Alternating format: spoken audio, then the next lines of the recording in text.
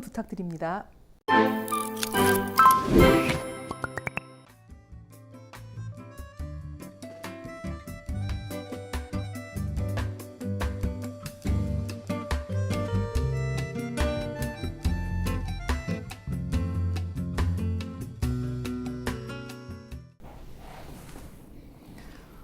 여러분 안녕하십니까. 2021년 동의대학교 디그니타스 교양교육연구소 국제학술대회 포스트 휴먼 테크놀로지와 뉴 리버럴 아츠의 만남 제3부 종합토론을 진행하고자 합니다.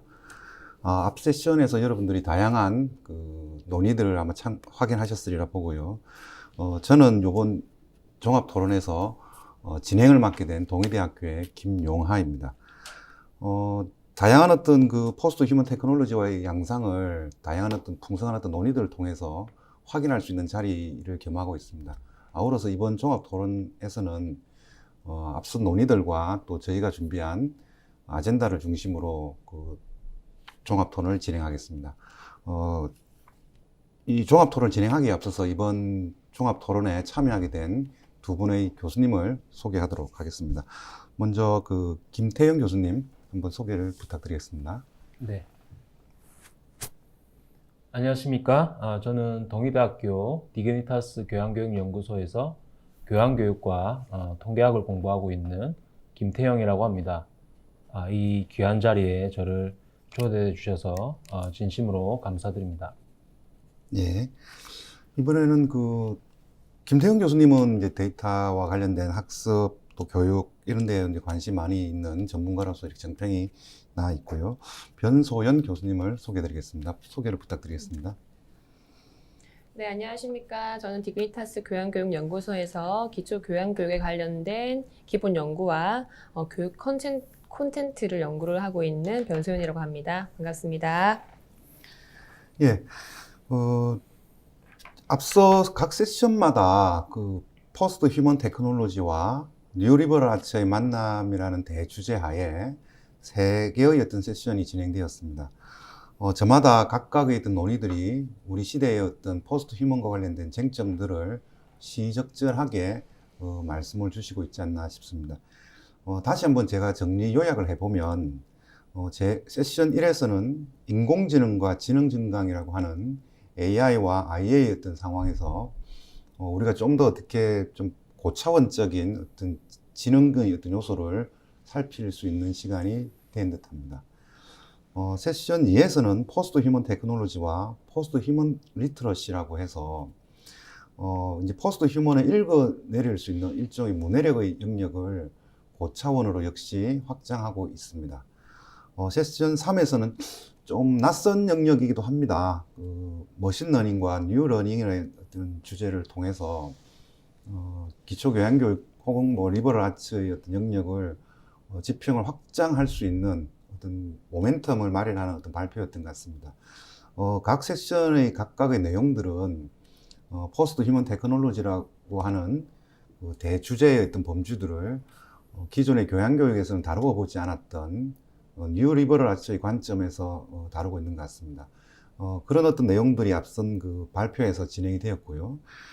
그런 점에서 제가 이제 이 두 교수님에게 좀 특히 각 세션마다 특징이 있었겠지만 각 교수님들이 보셨을 때 주목했던 어떤 세션이라든지 또 그런 논의에서 좀 보완되어야 할 점이라든지 그런 부분들이 좀 궁금하고 질문을 드리고 싶습니다.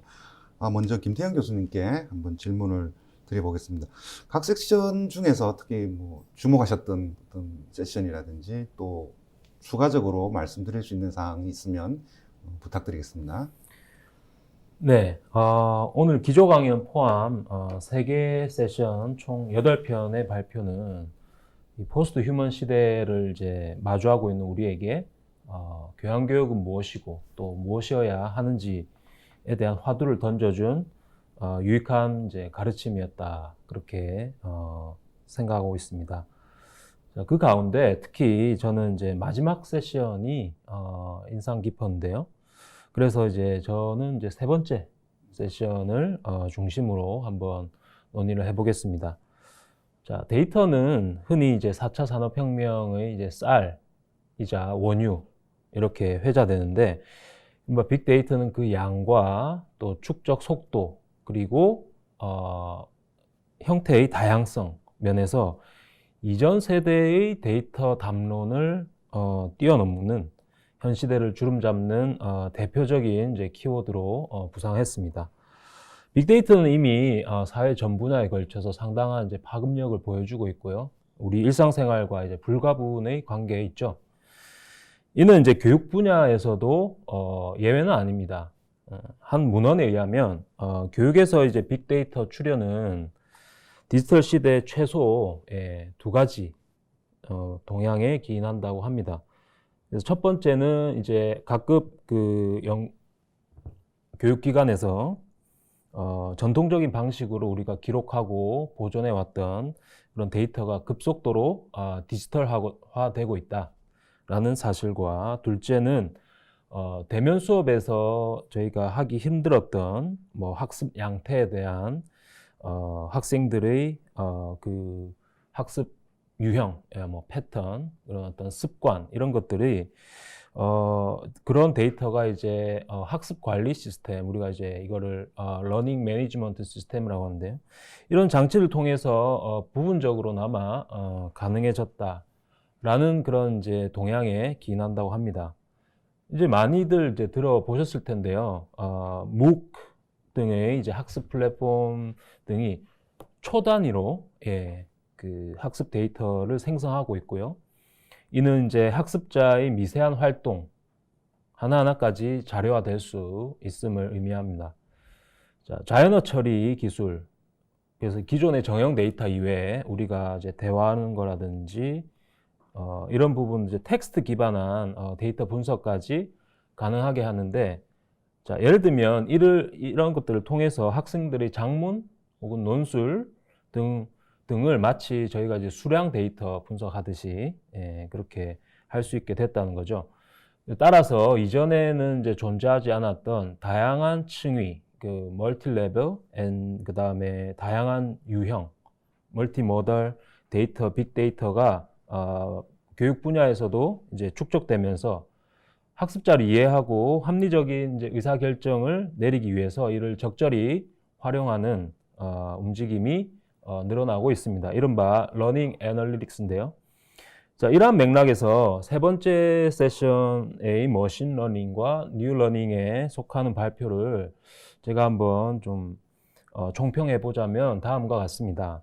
첫 번째, 제레미 녹스 교수님 강연에서는 머신 비헤이비어리즘이라는 기계 행동주의라는 굉장히 인상적인 용어를 저에게 던져주셨습니다.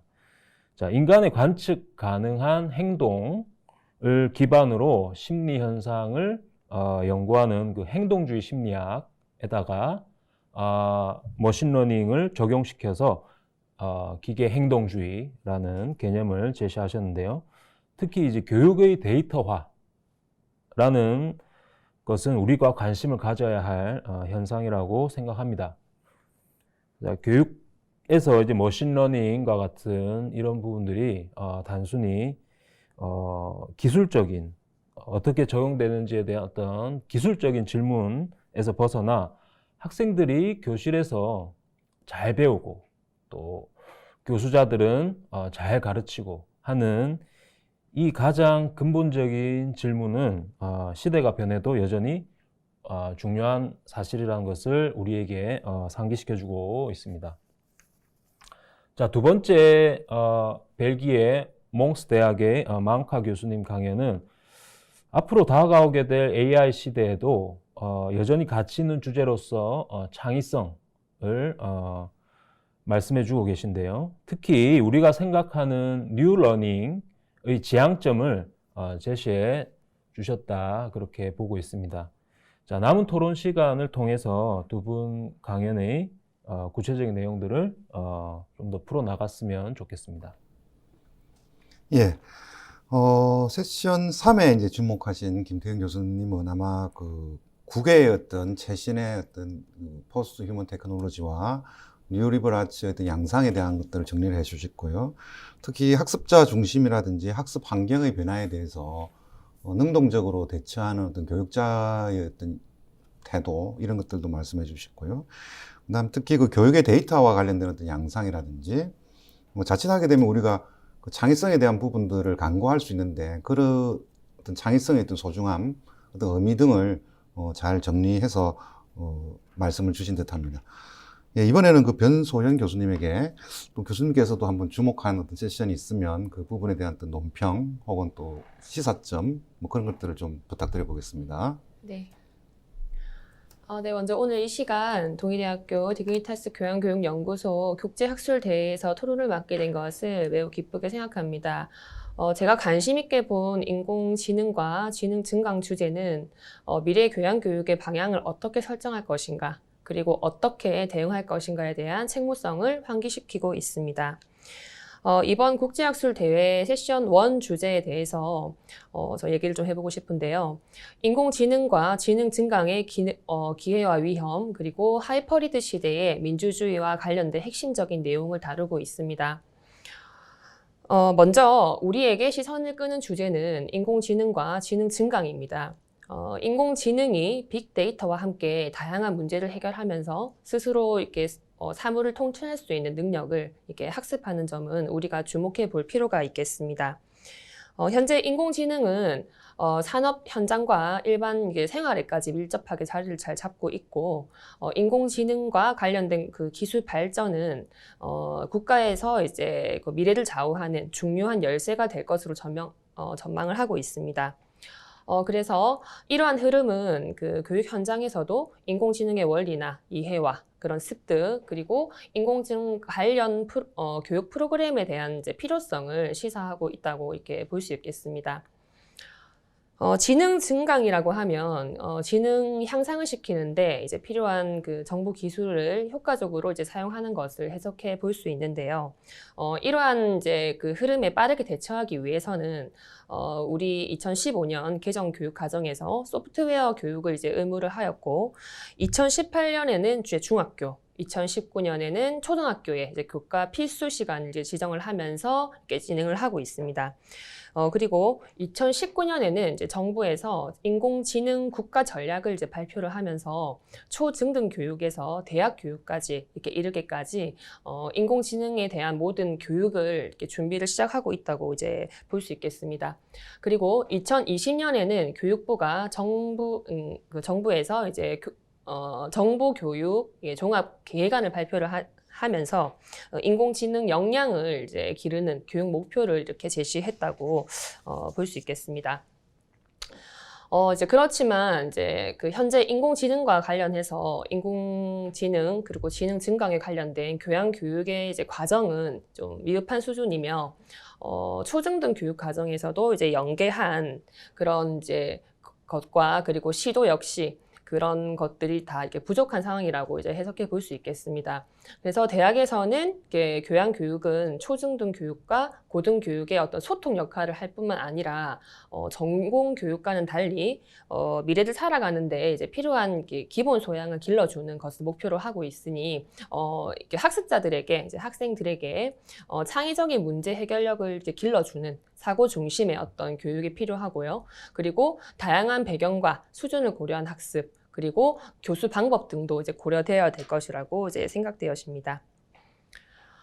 그리고 이제 대학의 교양 교육은 그 다양한 전공의 학습자를 대상으로 이루어지고 있고, 그리고 기술을 이제 과학적 접근뿐만 아니라 이제 사회적 역량으로까지 이제 다각적인 어떤 그런 방향에서 이제 소양을 갖출 수 있도록 이제 인재 양성을 하고 있는데요.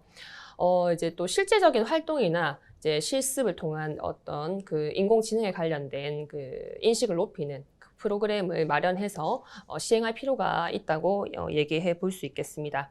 그리고 최근 그 인공지능 추천 시스템을 통한 이제 하이퍼리드는 정보 수요자가 이제 정보를 찾아 이렇게 오는 방향, 정보를 저희가 찾는 게 아니라 정보가 소유자에게 찾아오는 방식을 취하고 있습니다. 그래서 하이퍼리드는 그 컴퓨터 이제 검색 엔진과 이제 관련해서 검색 결과나 연관 검색어, 그리고 이제 인공지능 프로그램, 그런 통번역 소프트웨어를 통해서도 우리가 원하는 정보를 인공지능을 통해서 제공받는 그런 그 일체를 이제 말하고 있는데요. 이러한 이제 하이퍼리드가 개인의 이제 어떤 선택을 통해서 그리고 이제 특정 정보가 이렇게 점점 쌓이게 되고 그 선택이 되면서 이렇게 특정한 방향으로 좀 편중될 수 있는 그런 우려를 범하고 있다고 얘기하고 있습니다. 그래서 또 예를 들면 그 필터 버블 현상이라고 해서 인터넷 정보 제공자가 그 이용자 맞춤형 정보를 제공을 하면서 필터링된 정보만 이렇게 제공을 받는 그런 제공을 하는 그런 정보에 갇히는 현상을 이제 이야기하는데요. 이런 이제 그런 것들로 봤을 때 이제 시간과 비용을 그 잘 절약해주는 긍정적인 측면과 그리고 특정 방향으로 편중될 수 있는 그런 부정적인 시각으로도 이제 구분될 수 있는 구조를 이제 띠고 있습니다. 그리고 이제 지식 습득 체계에서는 수평적 양극화 그리고 수직적 그 양극화를 균형을 이룰 수 있도록 이제 관련 알고리즘을 통한 어떤 정보가 공개가 되어야 된다고 생각을 합니다. 또 뿐만 아니라 그 인공지능과 관련된 어떤 그 결정까지 내려야 하는지, 그러니까 인공지능이 어떠한 결정까지 이렇게 그 안내를 해야 되고 이제 결정을 내려야 하는지에 대한 그런 관련 형식과 내용 그리고 영역에 대한 이제 사회적인 합의가 잘 도출이 돼야 된다고 생각하는 바에 동의하는 바입니다. 과연 우리는 이제 하이퍼리드를 통해서 그 과거보다 더 나은 판단을 내릴 수 있을까요? 자문해 봅니다. 예, 그 아마 그 병 교수님께서 지금 던지신 그 질문은 그 아마 살펴보고 계시는 어떤 많은 분들도 아마 좀 주목해야 될 어떤 부분인 것 같습니다. 그리고 소양 교육이라든지 특히 인재와 관련된 부분들을 주목하셨던 말씀은 아주 그 시의성이 있지 않았나 하는 생각이 들고, 김태현 교수님께서 이제 3세션에 대해서 어떤 논평을 주셨고, 변소영 교수님께서 1세션에 대해서 이제 논평을 주시겠습니다.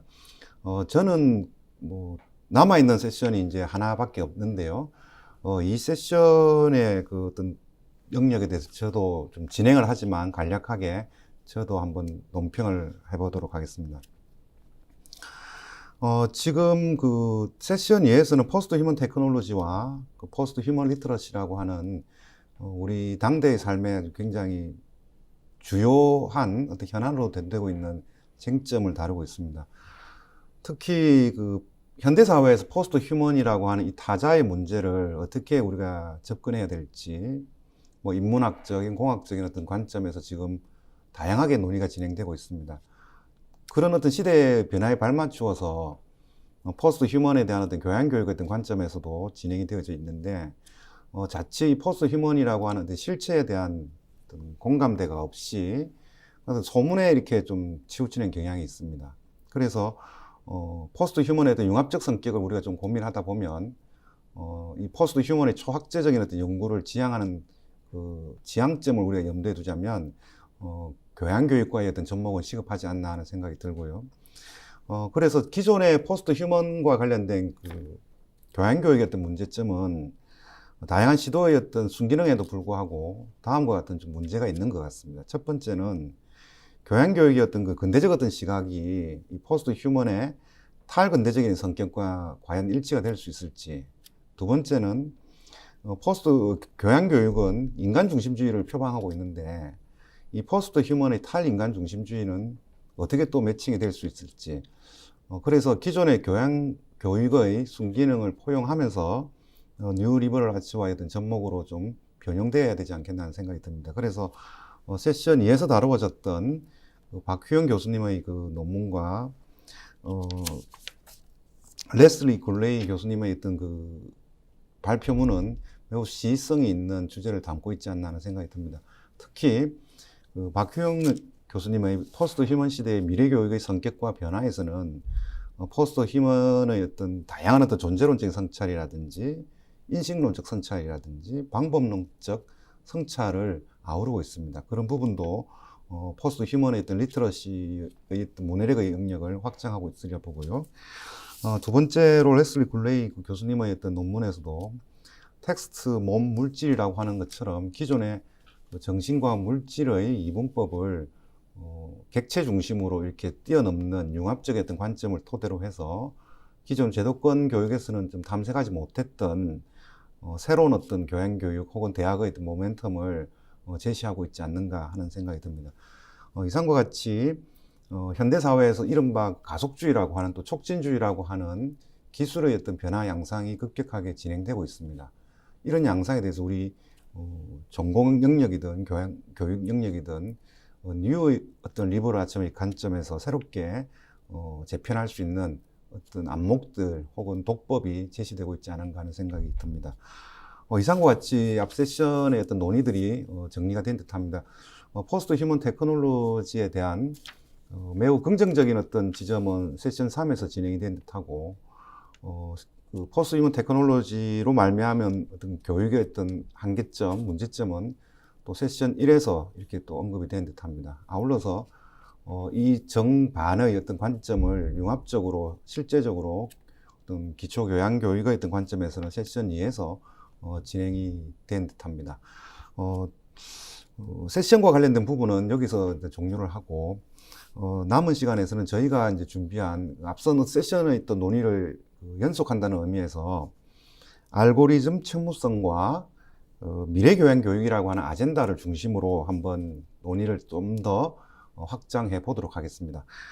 알고리즘 책무성은 알고리즘이 가지고 있는 그 사실주의 혹은 그 데이터 기반의 어떤 그 소통 구조가 과연 얼마만큼의 어떤 효용성이 있는지, 또 근래에 바이아스의 어떤 문제, 평양성의 문제도 대두되고 있지 않습니까? 그래서 법적, 제도적, 정책적 입장에서는 부분적인 어떤 접근이 진행되어지고 있습니다. 그런데 교양 교육에 있던 관점에서는 아직까지 그 영역이 미치지 못하고 있습니다. 그래서 두 분의 어떤 교수님에게 질문을 던져서 이 알고리즘 책무성과 미래교양 교육의 어떤 쟁점에 대한 현안들을 한번 살펴보도록 하겠습니다.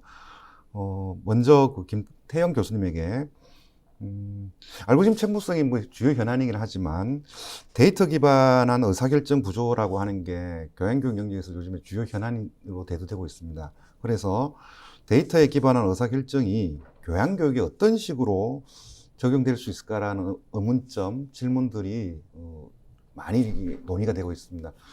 그에 대한 교수님의 고견을 좀 한번 들어보고 싶습니다. 네, 두 가지 측면으로 나눠서 좀 말씀드릴 수 있겠습니다. 하나는 교양교육에서 데이터를 어떻게 바라볼 것인가의 문제인데요. 자, 데이터에 기반한 의사결정 논의는 주로 해외에서 많이 이루어지고 있습니다. 오늘 두 번째 기조 강연 해주신 우리 일리노이 대학의 빌 코프 교수님, 그리고 세 번째 세션에서 발표해 주신 에딘버러 대학의 제레미 녹스 교수님 강연에도 데이터 기반 의사결정이라는 그 용어를 쓰고 계십니다.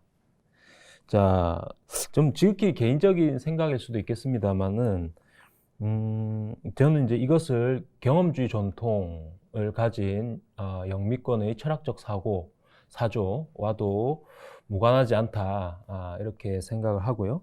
자, 아무튼 원래 우리가 데이터 기반한이라고 할 때 데이터 드리븐 디시전 메이킹 이렇게 이제 얘기를 합니다. 그거를 저희가 이제 데이터 기반이라고 하는데, 그렇다면 이제 여기에 상대되는 개념이 무엇인지를 한번 생각해 볼 필요가 있습니다. 자, 보통 우리가 theory driven이라고 생각을 하기가 쉬운데, 문헌들을 살펴보면 데이터 기반한 의사결정이 이제 추구하는 바는 한 개인의 직관, 그리고 뭐 어떤 수권자의 결단, 그리고 이례적인 사건, 이런 것들에 의한 의사결정을 지향한다고 하고 있습니다. 자, 물론 여기서 어떤 것이 더 나은 것이다 라는 그런 이제 말씀을 드리려는 것은 아닙니다. 때로는 이제 뭐 수천, 수만의 데이터보다 한 사람의 현명한 판단이 더 정확할 수도 있기 때문이죠. 어찌되었건 사회자님의 질문으로 돌아가서 다시 답변을 드리자면, 지금까지 교양교육에서 논의된 수많은 이제 의견들과 또 주장들이 데이터를 활용한 실증 연구로도 뒷받침될 수 있다면 더욱 생산적인 논의가 될 수 있겠다라는 이제 말씀을 드리고 싶고요. 그렇다면 우리가 이제 어떤 데이터를 활용할 수 있을 것인가를 이제 고민해 봐야 한다고 생각합니다. 자, 문헌들을 살펴보면 지금까지 교양교육 연구에서 개별 교양 강좌에서 수집된 데이터를 활용한 사례들이 많습니다. 자, 이러한 연구 결과들을 교양교육 전체로 확장시키기 어렵다는 그런 확장성의 문제가 있고요. 또 심지어 사례 수가 작은 경우에는 해당 학교를 대변하지 못하는 그런 이제 문제점이 있을 수도 있습니다. 그래서 저는 미시간 대학에서 큐레이팅 하고 있는 그 ICPSR이라는 그 데이터베이스가 있습니다. 그런 것 같이 대학 기관 간, 대학 간 데이터 공유 컨소시엄을 우리가 형성해서 라지 스케일 데이터베이스를 구축해 나가는 것이 필요하리라 그렇게 생각합니다. 이를 통해서 첫 번째, 교양교육 분야 연구자들이 그 폭과 그 깊이에 있어서 다양한 연구를 수행할 수 있고, 두 번째는 이러한 이제 대표성이 확보된 연구를 통해서 우리가 교양교육 정책이 수립되고 집행되는 데 있어서 필요한 정보들을 유의미한 정보들을 제공할 수 있다라는 그런 장점을 가집니다.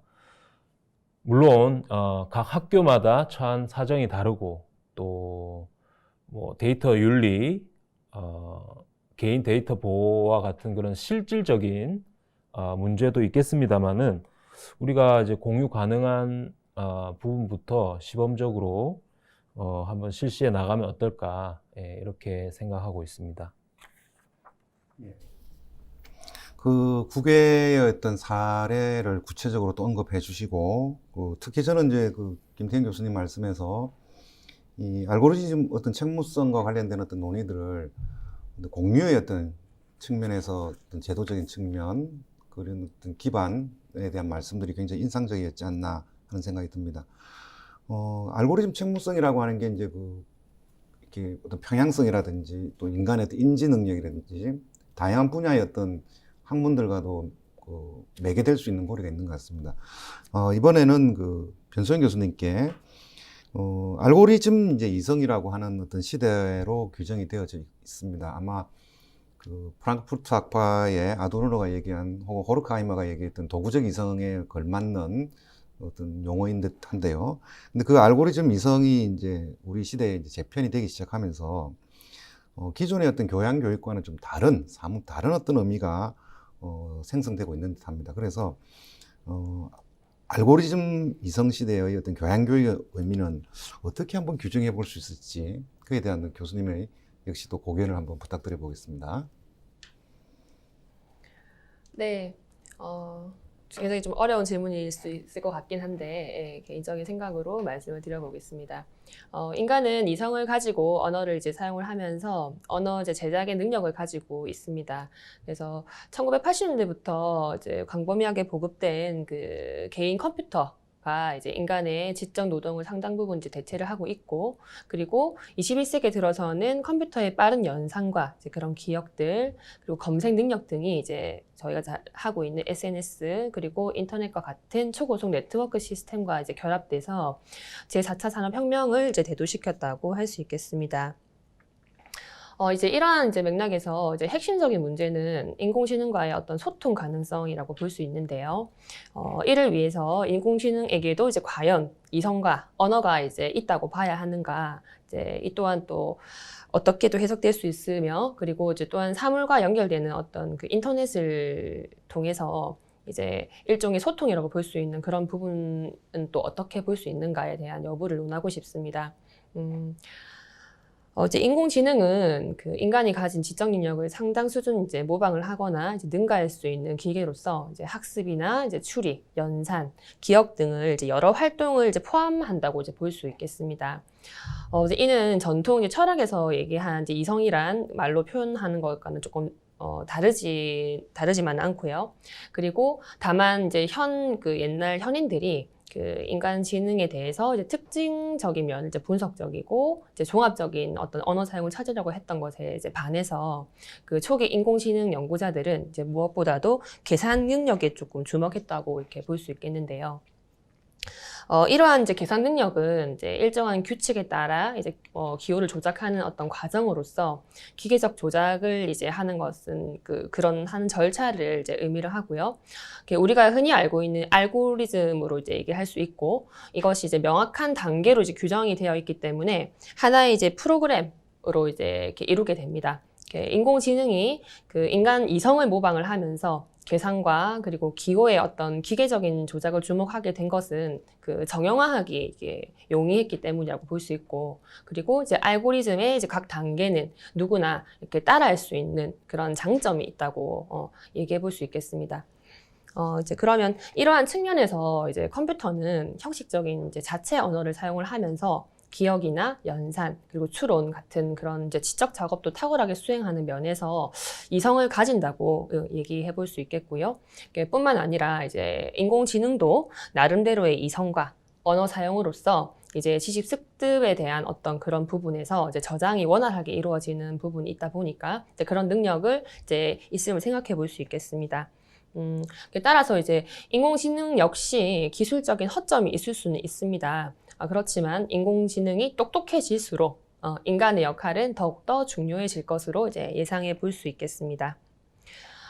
이제 현재 인공지능 이제 활용에 대한 어떤 윤리적인 면, 그리고 법적인 면, 이런 그런 가이드라인이 좀 충분히 마련되지 않은 이런 현재 상황에서 인공지능 기술을 이제 사용하는 것은 다양한 결과를 초래할 수 있다고 이제 볼 수 있는데요. 이제 이런 부분에서 이제 교육적인 분야에서 인공지능 도입은 그 사회적인 어떤 가치관이나 이제 그런 것들을 다 포함하는 그런 윤리적인 문제를 좀 교육적으로 해결해 봐야 되지 않을까라는 생각을 해볼 수 있겠고요. 그리고 이제 기술적인 면으로서는 이제 인공지능의 어떤 심리적인 어떤 그런 능력에 대한 연구 설계나 뭐 개발 등등이 이제 필요할 것으로 이제 생각해 볼 수 있겠습니다. 그래서 미래 교양 교육은 그 인공지능과 인간이 공존하는 삶에서 이제 교육적으로 이제 해석을 해볼 수가 있는데, 인공지능이 인간의 일을 이제 상당 부분 대체해버린 이제 현재 사회에서 서로 이제 교육을 하면서 살아가는 이제 함께 가는 사회라고 봤을 때 교양 교육을 통한 이제 교육적 가치가 무엇인지 잘 알고, 그리고 이제 이것을 이제 실제 실천할 수 있는 그런 인공지능 기반 교육에 대한 현장이 이렇게 좀 이루어져야 될 것이라고 생각합니다. 두 분의 지금 그 논의에서 제가 주목했던 단어는 김태형 교수님에서는 공유라는 단어가 제가 좀 주목이 되었고, 변소영 교수님께서는 소통이라고 하는 단어가 굉장히 저는 주목이 되었습니다. 그 알고리즘이든 또는 지금 저희 대 아젠다인 퍼스트 휴먼 테크놀로지, 이런 공유와 소통의 어떤 가치를 가지고 공존의 어떤 가치 또는 공생의 가치를 수반하면 새로운 어떤 뉴리버럴 아치 어떤 이념을 확보할 수 있지 않은가 하는 생각이 드는 두 분 교수님의 말씀이었던 탑니다. 마침 그리고 좀 저에게 지금 추가 질문이 지금 들어와 있는데요. 공통 질문으로 이거는 한번 교수님들께 한번 질문을 드려봐야 될 것 같습니다. 포스트 휴먼 테크놀로지를 이제 많은 어떤 논의들이 있겠지만 다양한 영역에서의 인간의 어떤 영역을 초월하는 그런 어떤 테크놀로지를 포용하는 이제 교육적이고 학습적인 효과도 있겠지만 이런 포스트 휴먼 테크놀로지를 포용하고 있는 앞으로 다가올 시간, 앞으로의 어떤 대학이라고 하는 공간, 또 대학이라의 어떤 모습, 그런 것들을 어떨지 한번 가볍게 한번 우리가 정리를 한번 해야 될 것 같습니다. 먼저 이 공통 질문은 변소영 교수님께 한번 먼저 드려보도록 하겠습니다. 네, 포스트 휴먼 테크놀로지를 포용하는 그런 그 미래 대학의 모습은 어떠한지에 대한 이제 질문을 주셨는데요. 인공지능을 이제 이용한 테크놀로지의 어떤 발달은 우리 이제 사회에서 여러 분야에 더 이상 파격적인 게 아닌 일상적인 사실로 이제 자리 잡아가면서 현실적인 영향을 좀 많이 미치고 있다고 볼 수 있습니다. 그리고 포스트 휴먼 테크놀로지에 대해 시대에서 그 인간과 기계에 대한 공생을 하면서 그리고 이제 그것에 대한 동시에 이제 가능케 하는 그런 새로운 방식에 대한 관계 형성이 또 제한되고 있고요. 이제 또 그런 다양한 맥락 안에서 이렇게 기술을 통해서 포스트 휴먼이 이제 된 인간을 확장된 인간의 이제 개체로 이렇게 규정을 하면서 새로운 공생 관계를 만들어 가고 있다고 이렇게 볼 수 있습니다. 그래서 포스트 휴먼 테크놀로지를 포용하는 미래 대학의 모습은 인간과 기계 이제 사이에서 그리고 이제 인간 집단 안에서 그래서 새로운 공생적인 관계를 맺고 그리고 이제 이런 여러 구성원들이 꾸준히 모이면서 즐겁게 이제 교류를 할 수 있는 그런 이제 사회적 인프라가 이렇게 적절하게 구성이 되어야 할 것이라고 이제 되어집니다. 예. 역시 이번은 그 공통 질문인데요. 그 포스트 휴먼 테크놀로지를 포용하는 미래의 어떤 대학 모습, 정말 이거 쉽게 예측하기는 힘든 어떤 질문인 것 같습니다. 그래서 이번에는 김태형 교수님께 역시 동일한 질문을 한번 드려보겠습니다. 네. 예. 갑자기 질문을 받게 돼서 제 나름의 한번 생각을 말씀드려 보겠습니다. 우리 변소영 교수님께서 조금 이상적인 어떤 이제 미래 대학의 모습에 대해서 말씀해 주셨기 때문에 저는 조금 현실적인, 제가 예상하는 현실적인 그 미래 대학의 모습, 포스트 휴먼 시대 한번 말씀을 드려보겠습니다. 자, 먼저 미래 대학은 좀 철저하게 개인화된 그 사회 단면을 보여주지 않을까, 그렇게 예상을 하고 있고요. 제 개인적인 경험을 하나 말씀드리면, 물론 좀 일반화시키기는 무리가 좀 있을 수도 있겠습니다만은, 자, 흥미로운 사실이 코로나 사태 초기에 우리 학생들이 학습권을 보장해달라, 뭐, 이런 이제 불만들이 많았습니다. 다 기억하시겠죠? 그런데 이제 코로나가 장기화되고, 대부분 수업이 이제 온라인으로 전환된 지 한 1년 정도 지난 지금 학생들한테 이제 설문조사를 해보면, 온라인 수업을 더 선호한다는 겁니다. 저는 이제 이 코로나라는 이 바이러스가 무서워서 라는 이 생각이, 그렇게 응답하게 만든 유일한 단서라고 생각하지는 않습니다. 지난해부터 이어져 온 비대면 원격 수업에 이제 학생들이 이제 적응해서 이것이 더 편한 것은 아닌가, 이렇게 생각을 해보고요. 이것은 사실, 교수자의 입장에서, 말씀을 이제 제가 느끼는 바이기도 합니다. 예.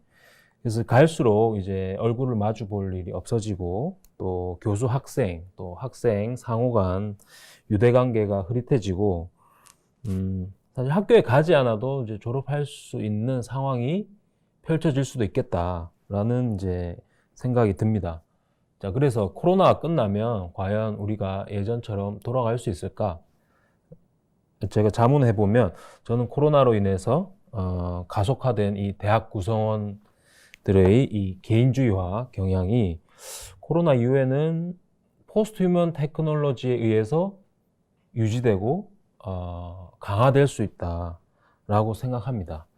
자, 따라서 우리는 이제 이러한 자리들을 통해서 대학이 잃어버릴 공동체성을 어떻게 바라볼 것인가, 또 이것을 회복해야 하는 것인가, 회복한다면 어떻게 회복할 것인가, 또 기술이 우리를 그렇게 몰고 간다면 기술이 그것을 회복하는데 기여할 방법은 없는가? 라는 질문들을 우리가 함께 고민을 해봐야 할 것이라고 생각합니다. 예. 지금 김태형 교수님께서 그 복연의 그 말미에 그 커뮤니티의 어떤 문제, 공동체의 어떤 문제를 제시해 주셨습니다. 포스트 휴먼 테크놀로지는 보통은 인지적인 어떤 향상이라든지 무인 자동화라든지 혹은 또 헬스, 건강과 관련된 문제라든지 특히 이제 장애 극복과 같은 영역으로 포용이 되어질 수 있을 것 같습니다. 그래서 근래의 학문적 동향을 보면 그 인클루시브라고 하는 이 포용적 다양성의 어떤 영역을 어떻게 구현해야 될지가 주요 현안으로 대두되고 있는 것 같습니다. 그래서 이 포스트 휴먼 테크놀로지를 포용하는 미래 대학의 어떤 모습들은 좀 더 사회의 어떤 소수자라든지 약자라든지 이에 대한 그 포용적 가치를 구현할 수 있는 어떤 커리큘럼이라든지 교수법이라든지 이런 것들이 병행이 되면 좋지 않겠다는 생각이 들고, 그런 어떤 양태가 구현이 되면 방금 그 김태형 교수님께서 말씀하셨던 커뮤니티의 어떤 문제, 공동체의 문제도 좀 원활하게 해결이 되어질 수 있지 않을까 하는 생각이 듭니다. 예, 이제 어느덧 종합 토론을 마무리해야 될 시간이 된 것 합니다. 각 세션별에 대한 정리, 요약과 논평, 그리고 저희가 준비한 알고리즘 책무성과 미래교양 교육에 대한 어떤 개별 질문, 그리고 추가 질문에 대한 답변까지 마쳤습니다. 마지막으로 두 분 교수님께 간단하게 한 말씀씩 이제 뭐 편안하게 리버럴하게 말 그대로 뭐 정리하는 어떤 자리를 가지고자 합니다. 변소영 교수님께서 먼저 편안하게 한번 마무리 발언을 좀 부탁드리겠습니다.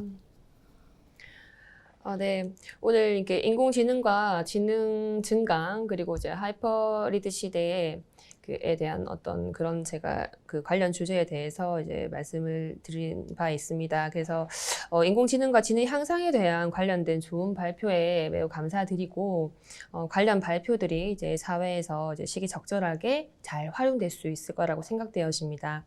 앞으로도 본 주제에 관련해서 좋은 연구들이 많이 이렇게 발표되기를 이렇게 희망하는 바 있습니다. 이제 이어서 그 김태형 교수님 다양한 어떤 그 국내외 그런 문헌적인 어떤 언급도 또 묵직하게 해주셨는데 마무리 발언 역시 또 부탁드려 보겠습니다. 네. 알고리즘의 힘은 타고난 스마트함이 아니라 그 스마트하지 않은 엄청난 숫자의, 그렇지만 스마트하지 않은 단계를 자동화하는 데 있다. 우리 기조 강연 해주신 빌 코프 교수님께서 논문에 그런 말씀을 하셨더라고요. 저도 동의하고요. 자, 생각해 보십시오. 0과 1만으로 이루어진 이 알고리즘이라는 것이 얼마나 단순합니까? 그렇지만 이 단순한 0과 1이라는 부호가 자동화되면서 인격화될 수도 있다라는 생각을 최근에 많이 하게 됩니다. 제가 뭐 유튜브 댓글 같은 거를 보게 되면은 알고리즘아 고마워 라는 댓글을 보게 됩니다. 그거는 자기가 이제 찾고 싶었는데 찾지 못했어요. 그렇지만 알고리즘이 찾아서 이렇게 올려준 거죠. 이것이 이제 뭐 그 첫 번째 세션에서 우리 손아철 교수님께서 말씀하신 그 하이퍼리드의 현상이 아닌가 생각합니다. 정보가 찾아오는, 저희가 정보를 찾아 나서는 게 아니라 정보가 나에게 오는. 그리고 마치 우리가 친구나 가족에게 하는 표현을 지금 이제 쓰고 있다는 거죠, 알고리즘한테. 자, 그렇다면 우리가 이제 인간인 타자에게 책임감을 요구합니다. 그렇듯이 알고리즘에게도 책무성을 요구할 수 있다라고 생각을 하고, 제가 공통 질문에서 답변 드렸듯이 자칫 잃어버릴 수 있는 이 미래 대학의 공동체성, 더 나아가서 우리 사회 전체의 공동체성을 회복하는 일에 알고리즘에게 그럼 우리가 이제 한번 요청을 드린다는 건 좀 요청을 할 수 있지 않을까? 예, 그렇게 한번 생각을 해봅니다. 네, 이상입니다. 네, 두 분 교수님 그 말씀 감사하고요. 지금 이제 모든 저희가 종합토론 제3부에서 준비했던 거는 여기까지입니다. 2021년 동의대학교 디그니타스 교양교육연구소 국제학술대회의 그 큰 아젠다는 포스트 휴먼 테크놀로지와 뉴리버럴 아츠의 만남입니다. 만남에 대한 어떤 성찰을 해보면 친숙하고 편한 어떤 만남도 있겠지만, 진정한 만남은 나에게, 그 주체에게 이질적이고 굉장히 좀 낯선 어떤 것들과의 그 차이 속에서 새로운 무엇인가가 생성될 수 있다고 봅니다. 그 생성이라고 하는 것이 아마 뉴 리버럴 아치의 뉴에 있다는 생각이 들고요. 그 뉴라고 하는 것들의 새로움은 과거, 현재, 미래 이 세 가지 시간대가 마치 그 발트 벤야민이 얘기했던 지금 이 순간, 지금 이 순간 이렇게 모든 시간대가 응축되어서 이렇게 내파되어지는 어떤 시간에서 구현이 된다고 보여질 수 있습니다. 그리고 앞서의 이런 이질적인 것들을 통해서 새롭게 대두되고 있는 포스트 휴먼 테크놀로지의 어떤 양상, 그다음 뉴 리버럴 아치의 모습들, 기조 강연에서도 나와 있는 것처럼 교양 교육은 이런 시대적인 어떤 흐름, 파고에 좀 더 능동적으로 응전하고 대처해야 되지 않겠나 하는 생각이 듭니다. 그리고 각 세션마다 국내외의 어떤 다양한 어떤 그 트렌드한 어떤 요소들, 그 다음에 인공지능이라든지 또 리트러시라든지 뉴러닝과 같은 새로운 어떤 그 교양 교육의 어떤 방향을 제시하고 있지 않았나 하는 생각이 듭니다. 이런 점들이 두 분의 그 토론자분들의 고견에서도 확연하게 우리가 확인할 수 있었던 것처럼 외면하거나 거부하기보다는 실제로 그 포스트 휴먼 테크놀로지를 대면하는 과정에서 초래되어지는 어떤 부작용들을 조금 더 이렇게 개선해 나아가는 측면이 필요하고, 그러한 뉴 리버럴 아츠의 이념은 앞서 그 아젠다에 대한 논의에서 나온 것처럼 포용적인 어떤 가치, 인클루시브한 어떤 영역들에 대한 탐구, 그에 대한 어떤 제도적인 보완이 병행이 되면 진정한 만남이 이루어지리라 봅니다. 이런 이론적이고 교육적인 어떤 만남에 아우러서 이번 그 학술대회 제4부에서는 학문 후속 세대 발표가 진행이 됩니다. 다양한 그 학부생들의 포스트 휴먼 테크놀로지에 대한 어떤 상상들, 리버럴함이 느껴질 수 있는 발표가 진행이 됩니다. 특히 기초 교양 교육과 관련된 어떤 상상하기, 그 어떤 영역들에 대한 젊은 그 세대들의 어떤 논의들을 확인할 수도 있습니다. 4부의 논의까지 많은 관심을 가져주시고 지금까지 준비한 포스트 휴먼 테크놀로지와 뉴 리버럴 아츠의 만남을 여기서 최종 종료하도록 하겠습니다. 예, 감사합니다.